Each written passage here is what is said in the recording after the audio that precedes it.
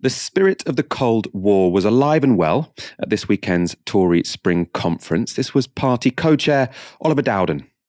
Conference. In March 2022, we must ask this. Does the torch of freedom shine as strongly in Europe today? Could Margaret Thatcher have foreseen that the Conservative Party would meet here in Blackpool more than 30 years later, with the precious freedom of Europe once again under threat from Russia? A generation of Conservatives understood the threat of tyranny. Their opposition to it defined their conservatism. So whilst much has changed about our party, this much remains the same. It is Conservatives who always carry the torch of freedom.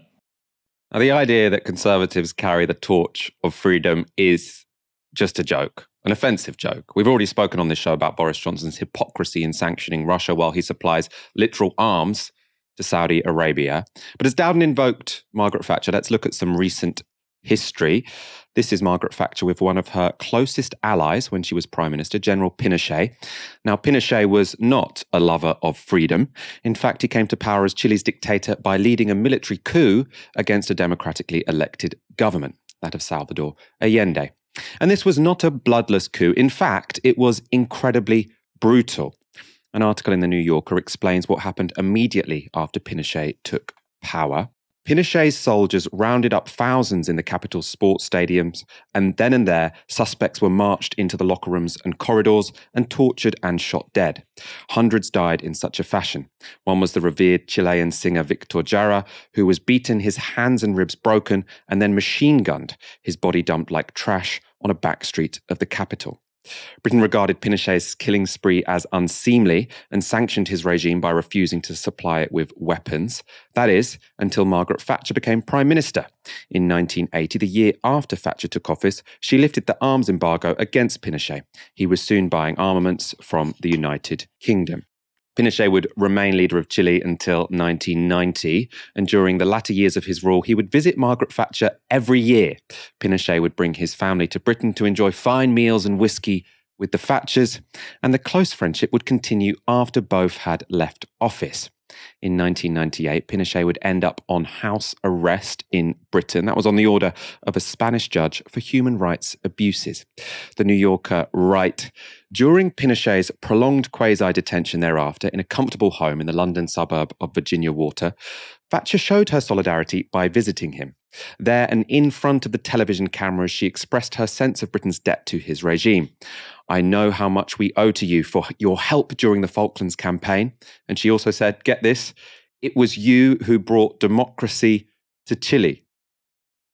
Of course, Pinochet did not bring democracy to Chile. He rounded up the Democrats and had them tortured and then shot. That's Margaret Thatcher's idea of democracy. Let's go back to Dowden's speech, though. The danger has not passed. The Corbynistas, they are still there. You know, Starmer, he cannot resist kowtowing to the cancel culture brigade because his base are the cancel culture brigade. He's frightened to defend women's rights or protect our heritage from vandals because he fears he would be cancelled. And he won't argue against state handouts because his party don't believe in rolling back the vast COVID state at all. And he can't even get his own MPs to vote for measures to stop those self-righteous environmentalist activists blocking our roads because the lockers on and the gluers on are his own Labour councillors. And that is why we cannot let him into office. Mate, there's a war going on. Why are we talking about cancel culture? Wherever you sit on the cancel culture, it exists, it kind of exists, it's concocted. There are more important things going on at the moment. And it's also worth saying the only people that Keir Starmer has cancelled are the socialists that you and your base hate. Anyway, those clips I've shown you were from Oliver Dowden's Twitter feed. Unfortunately, I couldn't find the whole speech as much as I wanted to watch all of it, but a transcript is available online. And this is how the speech crescendoed. As I walk with my children through the calm suburbia of Hertfordshire, its values so derided by the left, I actually reflect on the great fortune we have to live in a nation defined by stability, security, and yes, conservatism. For me, the privet hedges of suburbia are the privet hedges of a free people. And I will make it my mission as chairman to defend those values and those freedoms. Well, this is the politics of having no answers, because behind those sweet picket fences, people in those suburbs find their energy bills rising, fuel prices rising, inflation returning while pay is stagnant. In 2017, the NUT, as it then was, National Union of Teachers, developed an app where parents could look at lost funding to education in every area, and parents found the huge gaping hole in their children's education funding where the Tories had pulled it away. I remember one of the first cuts in 2010 was to building schools for the future, to build new schools for kids.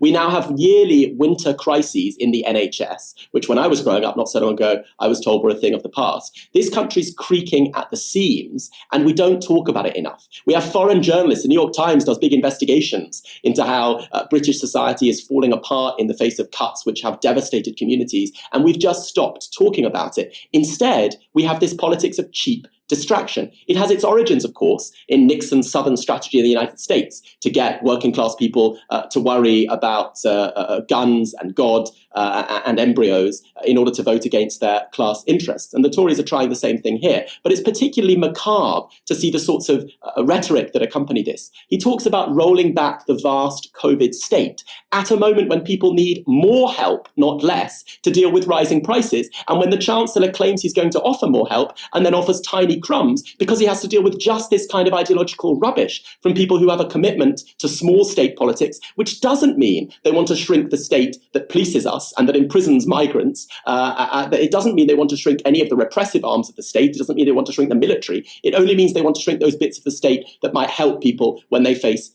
economic crisis.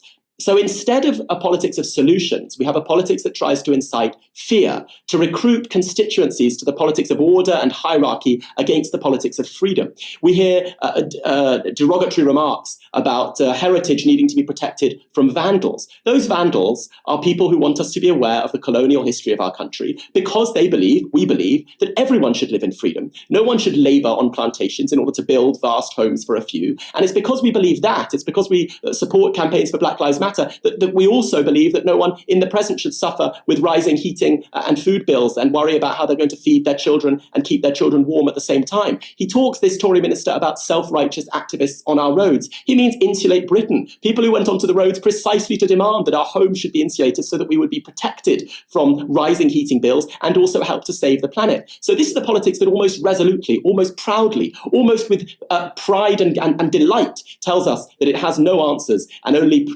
preaches distraction and division. It's very sad to see, but it's not very surprising.